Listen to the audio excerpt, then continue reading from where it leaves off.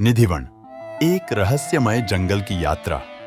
स्वागत है रहस्यमय और अजीब चीजों के खोजी साथियों।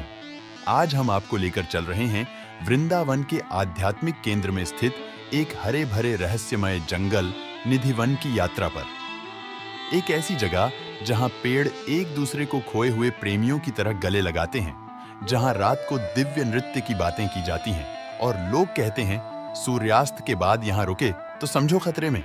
स्पॉइलर अलर्ट, ज्यादातर लोग रुकते नहीं। लेकिन रुको, इस जंगल में कदम रखने से पहले मैं आपसे पूछता हूं, क्या आप उन संशयवादी लोगों में से हैं जो सोचते हैं कि ये सब बस दंतकथाएं हैं, या आप उन आस्थावान लोगों में से हैं जो पहले से ही भगवान कृष्ण के लिए दूध और मिठाइयां चढ़ाने की योजना बना रहे हैं? चाहे जो भी हो, सीट बेल्ट बांध लो, क्योंकि चीजें होने वाली हैं दिव्य। अब भीतर जाने से पहले मैं आपको एक तस्वीर खींचने देता हूं। निधिवन कोई साधारण जंगल नहीं है। यहाँ के पेड़ सीधे टिम बर्टन की फिल्म से निकले हुए लगते हैं, छोटे, मुड़े हुए, खोखले और अक्सर एक दूसरे को गले लगाए हुए, जैसे उनके पास व्यक्तिगत स्थान की कोई समझ नहीं है।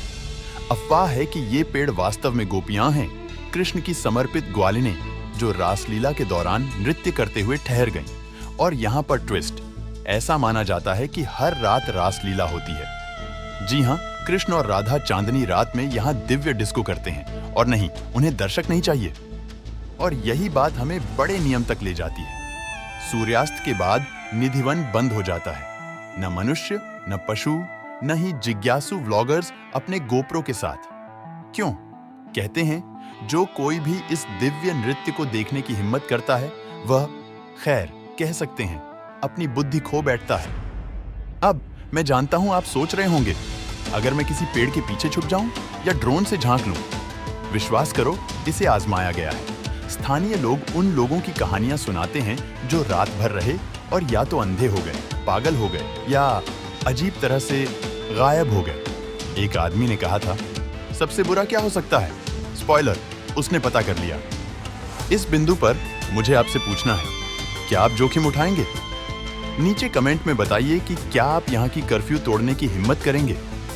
व्यक्तिगत रूप से मैं यहाँ से उतनी जल्दी निकल जाऊंगा जितनी जल्दी आप रासलीला कह सकते हैं। और जब आप सोचते हैं कि चीजें और अजीब नहीं हो सकती, तो आइए बात करते हैं सेवा कुंज की। वह मंदिर जहाँ राधा और कृष्ण को उनके रात भर के नृत्य के बाद आराम करने के लिए माना जाता है। हर शाम पुजारी कमरे में पान, मिठाई और पानी रखते हैं।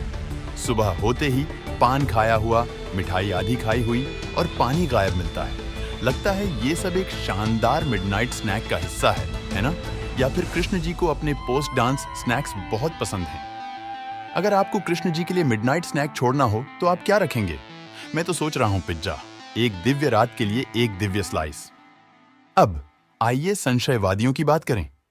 वैज्ञानिकों ने पेड़ों, ऊर्जा और इस क्षेत्र का अध्ययन किया है। उनका निष्कर्ष, कंधे उचकाना। हाँ, वे कहते हैं कि पेड़ों का अजीब आकार मिट्टी या जलवायु के कारण हो सकता है, और कहानियां शायद लोक कथाएं। लेकिन आप जानते हैं क्या, यहाँ के वाइब को विज्ञान भी समझा नहीं सकता। इसे ऊर्जा कहिए, दिव्य उपस्थिति कहिए, या बस सिहरन।